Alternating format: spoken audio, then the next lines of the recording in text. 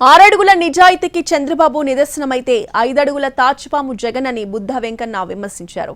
ప్రజలు చీకొట్టిన TDP అధినేతపై YCP నేతలు నోరు పారేసుకుంటున్నారని ఫైర్ అయ్యారు.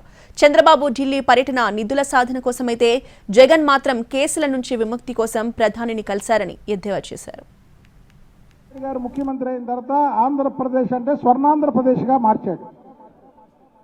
అదే జగన్మోహన్ రెడ్డి ముఖ్యమంత్రి అయిన తర్వాత అప్పుల ఆంధ్రప్రదేశ్గా మార్చి ఇవాళ ఈ రాష్ట్రంలో అప్పులు తప్ప ఏమీ లేవు జనాలకి.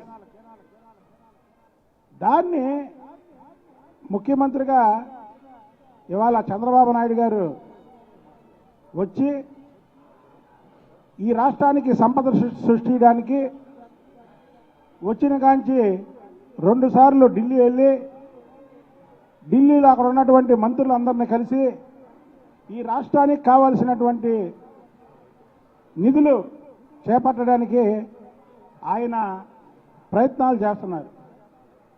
జగన్మోహన్ రెడ్డి ఏనాడైనా ప్రయత్నం చేశాడా?